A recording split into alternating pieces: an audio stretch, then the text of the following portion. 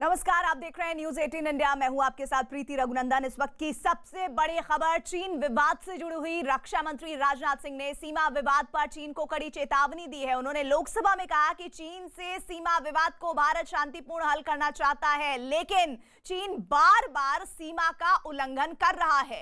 राजनाथ सिंह ने साफ शब्दों में चीन को चेतावनी देते हुए कहा है कि भारत अपनी सीमा की रक्षा करना जानता है। साथ ही उन्होंने जवानों की शहादत को सलाम करते हुए कहा कि देश अपने जवानों पर गर्व करता है जो देश की सीमाओं की रक्षा में जुटे हुए हैं।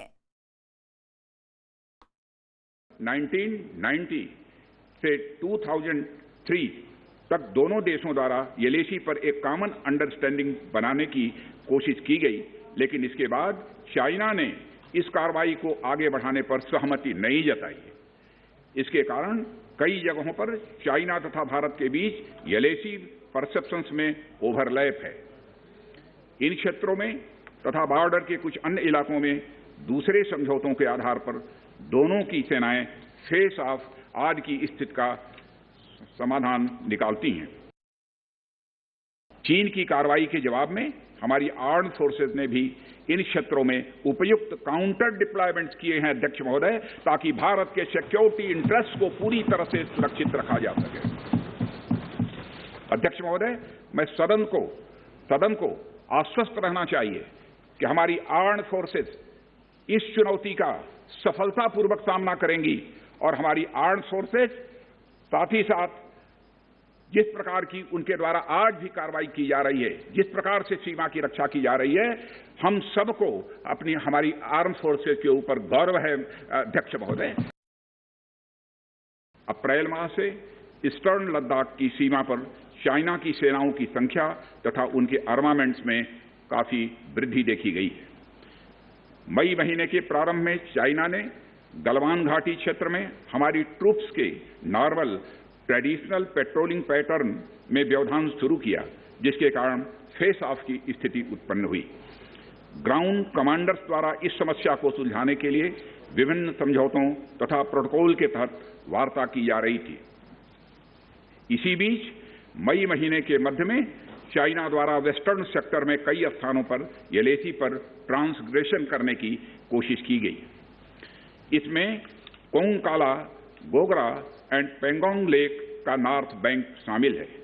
इन कोशिशों को हमारी सेनाओं ने समय पर देख लिया तथा उसके लिए आवश्यक जवाबी कार्रवाई भी की है अध्यक्ष महोदय। हमारे साथ हमारे सहयोगी विक्रांत यादव दिल्ली से जुड़ रहे हैं। विक्रांत, राजनाथ सिंह के इस बयान की गूंज चीन को अच्छी तरह से सुनाई पड़ी होगी। देखिए, बिल्कुल इस बात में कोई दो राय नहीं है कि गृह में आज जो रक्षा मंत्री की तरफ से जो बयान दिया गया, इसका ना सिर्फ देश में इंतजार हो रहा था बल्कि पूरे विश्व के लिए एक संदेश है। और चीन को एकदम तेज आवाज में आज रक्षा मंत्री राजनाथ सिंह ने बता दिया और साफ उन्होंने कहा है, ना केवल गलवान को लेकर के उन्होंने अपनी बात कही, बल्कि ये भी कहा कि उसके बाद जो 29 और 30 तारीख की रात को जिस तरीके से जो चीन की तरफ से जो एग्रेशन करने की कोशिश की गई थी, उसका एक माकूल जवाब भारत की तरफ से, भारत की फौज की तरफ से दिया गया। और कायदा ये कहा गया कि जिस तरीके का कंट्री सुप्रीम फॉर अस, और हमारे जो सेना है, ये सेना को उनका जज्बा, हमारे सेना की बहादुरी हम सबके लिए ताज होते हैं, अहंकार होते हैं। वो सेना जो सीना ताने हुए हमारे सरजमीन को रक्षा करते हैं, हमारे संप्रभुता को रक्षा करते हैं। आज इसीलिए जब सदन में लद्दाख की घटना की जिक्र करते हुए रेजोल्यूशन की बात कहा गया, तो हम सब ने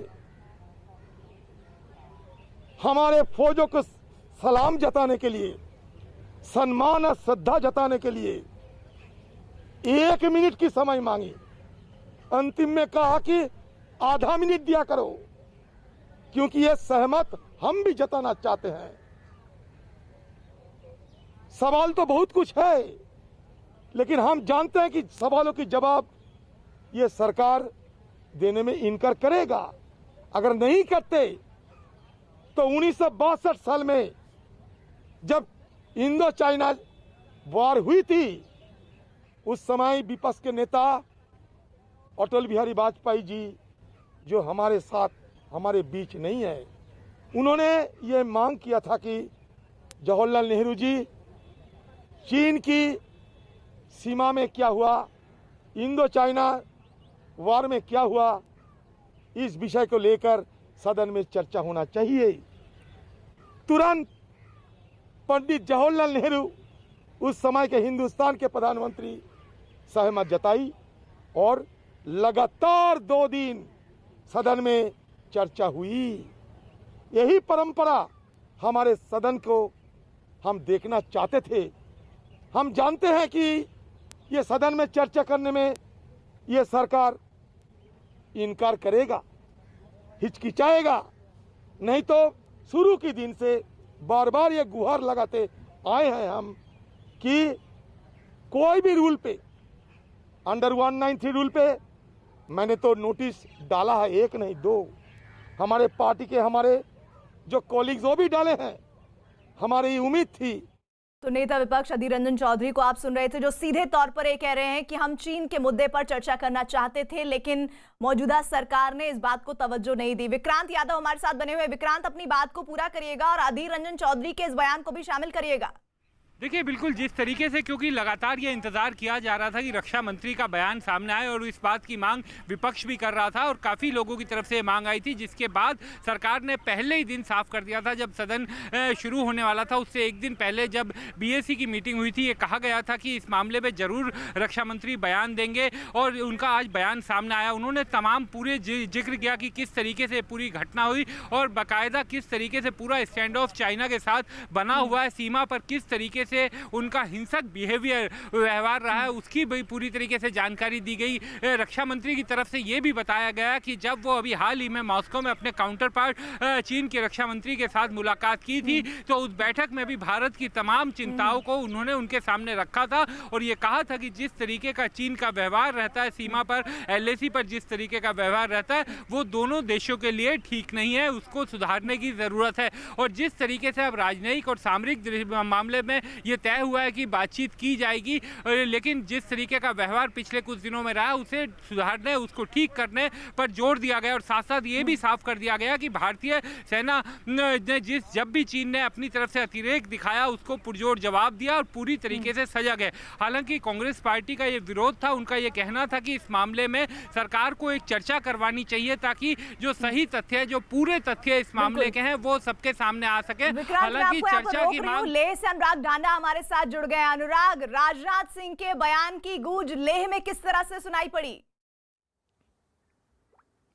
देखिए, यहाँ पर तो इंतजार कर रहे थे, जो आर्मी के लोग हैं वो भी इंतजार कर रहे थे और जो लेह में रेसिडेंट्स हैं, यहाँ के निवासी हैं, वो भी शिद्दत से इंतजार कर रहे थे कि सरकार की तरफ से एक आधिकारिक बयान आए, स्थिति स्पष्ट की जाए। और तीन चीजें मैं आपको बता रहा हूं जिनसे कि यहाँ के निवासी भी खुश हैं और यहाँ जो आर्म्ड फोर्सेस तैनात हैं वो भी बेहद खुश हैं। एक, कि सरकार ने खुल करके रिकॉग्नाइज किया कि चाइना गलत हरकत कर रहा है, चाइना बॉर्डर इश्यूज क्रिएट कर रहा है जानबूझकर, इसको खुल के रिकॉग्नाइज किया, गवर्नमेंट ने एक आधिकारिक तौर पर बयान दिया। दूसरा, कि भारतीय सेना ने मुंहतोड़ जवाब दिया है और खुली छूट है अभी भी कि आगे अगर चाइना इस तरह की हरकत करता है तो उसको मुंहतोड़ जवाब दिया जाएगा, ये दूसरी बात। और तीसरी बात जो अब बहुत महत्वपूर्ण थी, जो कहा कि सेना की जहां जितनी डिप्लॉयमेंट की जरूरत है, गवर्नमेंट ने ये रिकॉग्नाइज किया कि चाइना बड़े पैमाने पर डिप्लॉयमेंट कर रहा है सेना की, और हमें जहां पर जितनी डिप्लॉयमेंट की जरूरत है वो हमारी तरफ से भी की जा रही है, हर मूव का मुंहतोड़ जवाब देने के लिए। तो ये तीनों बातें बेहद महत्वपूर्ण थी। बेशक एक फॉर्मल मैसेज था पूरे देश को बताने के लिए कि तीनों बातों का जो लबोलुबाब था वो ये कि बॉर्डर पर, LAC पर इस वक्त हालात तनावपूर्ण बने हुए हैं, जिसके साफ संकेत राजनाथ सिंह ने दिए हैं और इसकी तैयारी के मद्देनजर भी अपनी बात को रखा है। इस बीच सबसे बड़ी खबर चीन की गिदड़ भभकी से जुड़ी हुई। चीन ने अपने सरकारी अखबार ग्लोबल टाइम्स के जरिए भारत को जंग की धमकी दी है। रूस में दोनों देशों के बीच बातचीत से तनाव को दूर करने की बात करने वाले चीन ने भारत पर धौंस जमाने के लिए नया पैंतरा चल दिया है। ग्लोबल टाइम्स ने भारत को 1962 की याद दिलाने की गिदड़ भभकी दी है और प्रधानमंत्री मोदी पर देश के पहले प्रधानमंत्री नेहरू की गलतियां दोहराने का आरोप मढ़ दिया। चीन के सरकारी अखबार ने भारत पर ही आक्रामक रवैया अपनाने का आरोप लगाया है। इस वक्त की सबसे बड़ी खबर, चीन ने सरकारी मीडिया के जरिए दी धमकी। चीन ने भारत को दी जंग की गीदड़ भभकी। भारत पर 1962 जैसे हालात बनाने का लगाया आरोप।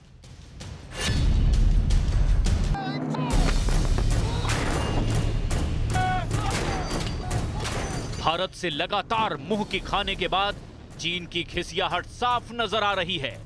अब जंग के मैदान में चीन भारत का कुछ नहीं बिगाड़ सका तो पर्दे के पीछे छिपकर अपने सरकारी प्रोपेगेंडा मीडिया का सहारा लिया है। चीन ने भारत को धमकी देने की जुर्रत की है। तो इस वक्त की सबसे बड़ी खबर यह है कि अपने सरकारी अखबार ग्लोबल टाइम्स में चीन ने आरोप लगाया है कि भारत का प्रशासन सीमा पर आक्रामक रवैया अपना रहा है, जिससे 1962 दोहराने के हालात बनते नजर आ रहे हैं।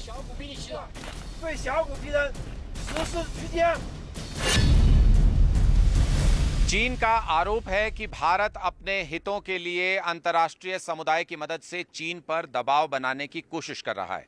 चीन ये भी आरोप लगा रहा है कि मोदी सरकार नेहरू की ही रणनीति पर काम कर रही है, यानी चीन और अमेरिका के संबंधों में खटास का फायदा उठाना चाहती है। लेकिन चीन ये भूल रहा है कि नेहरू के वक्त पर भारत के पास चीन की करतूतों का महज कुछ साल का अनुभव था, लेकिन मोदी सरकार के पास चीन की 60 साल की करतूतों का अनुभव है।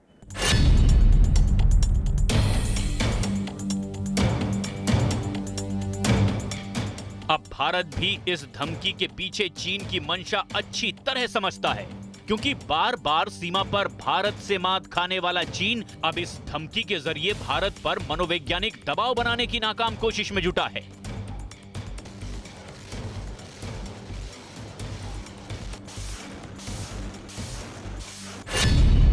चीन की भारत के खिलाफ एक और चाल नाकाम। भारत पर मनोवैज्ञानिक दबाव बनाने की नाकाम कोशिश। इतना ही नहीं, भारत पर आरोपों की झड़ी लगाने वाले चीन का दोगला रवैया भी दुनिया के सामने बार बार आ रहा है। एक तरफ तो चीन 1962 की जंग याद दिलाने वाला धमकी भरा रुख अपना रहा है, तो वहीं दूसरी तरफ यही चीन सीमा पर तनाव घटाने के प्रवचन देने में भी लगा है।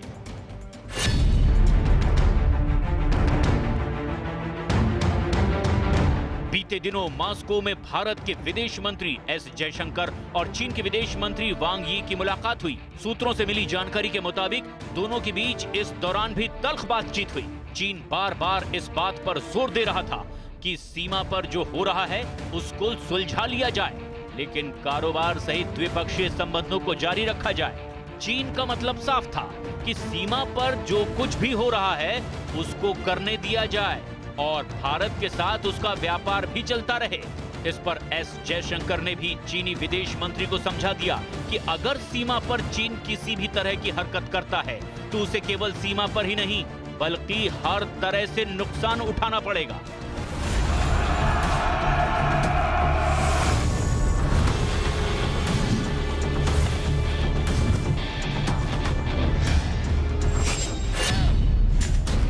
भारत चीन की हर चाल और चालाकियां अच्छी तरह से जानता है।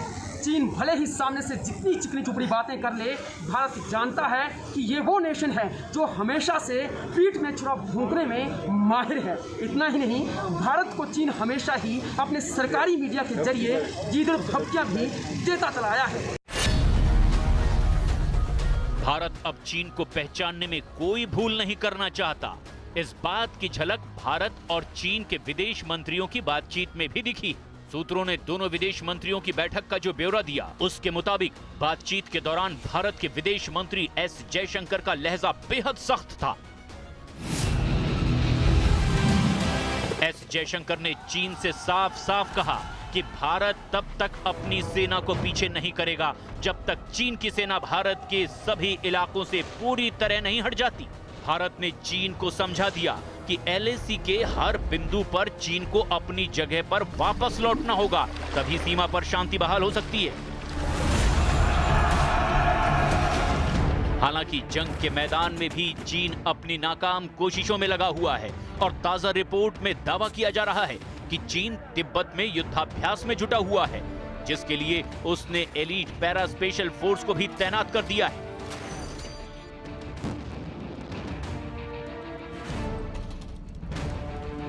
चीन के साथ जारी भारत का गतिरोध अभी लंबा खींचना तय है। भारत के खिलाफ सीमा से लेकर मीडिया तक जिस तरह से भी चीन की हरकतें बढ़ रही है, चीन को उसका नुकसान झेलने के लिए भी तैयार रहना चाहिए, क्योंकि भारत ने चीन को सबक सिखाने के लिए कमर कस ली है और पूर्वी लद्दाख में जो हुआ वो सिर्फ एक झलक भर थी।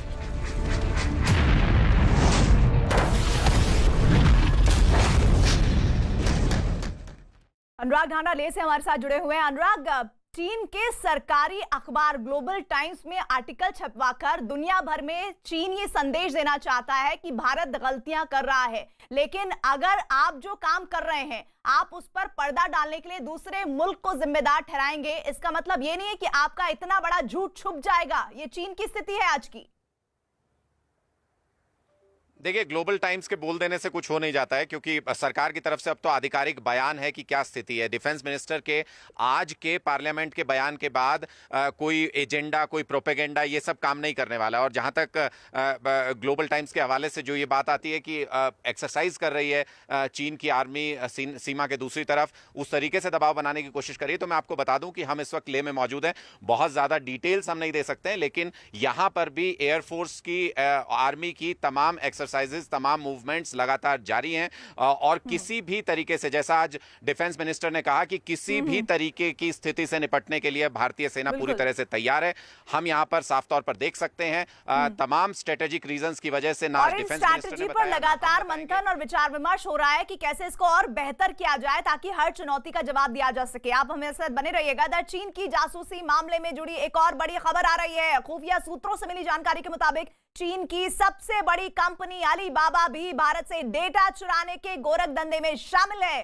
जानकारी के मुताबिक डेटा की ये चोरी भारत में इस्तेमाल किए जा रहे अलीबाबा के क्लाउड सर्वर के जरिए की जा रही थी। अलीबाबा के क्लाउड सर्वर यूरोप की कंपनियों के क्लाउड सर्वर के मुकाबले सस्ते होते हैं, लिहाजा भारत में उनका ज्यादा इस्तेमाल हो रहा था। खुफिया एजेंसियों के मुताबिक भारत में मौजूद अलीबाबा के 72 सर्वरों के जरिए भारत से डेटा चुराकर चीन भेजा जा रहा था।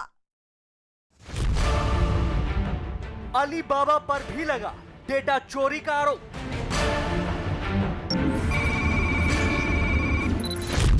चीन की एक और कंपनी की साजिश का पर्दाफाश। चीन की कंपनी अलीबाबा ने भारत से चुराया डेटा। क्लाउड सर्वर के जरिए अलीबाबा ने चुराया डेटा।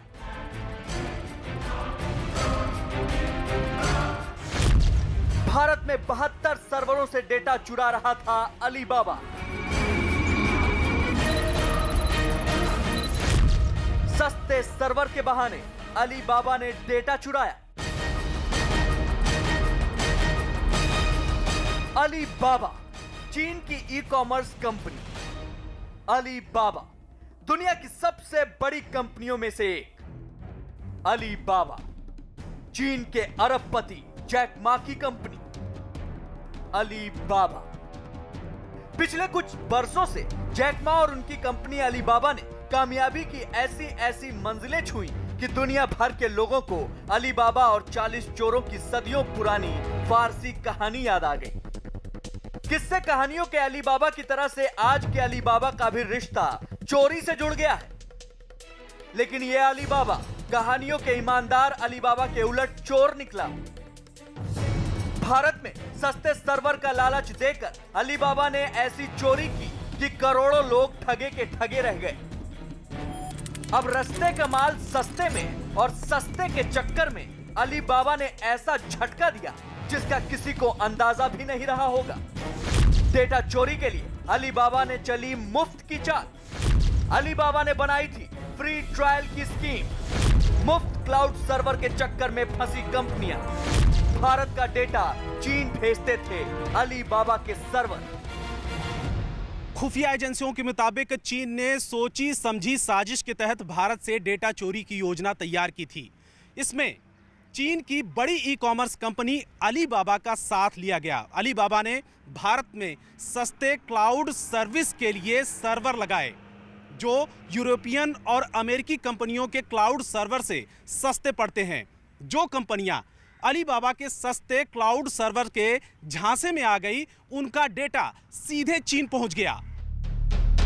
भारत दुनिया की दूसरी सबसे बड़ी आबादी वाला देश है और डिजिटलाइजेशन बढ़ने के बाद यहां इंटरनेट का इस्तेमाल तेजी से बढ़ा है।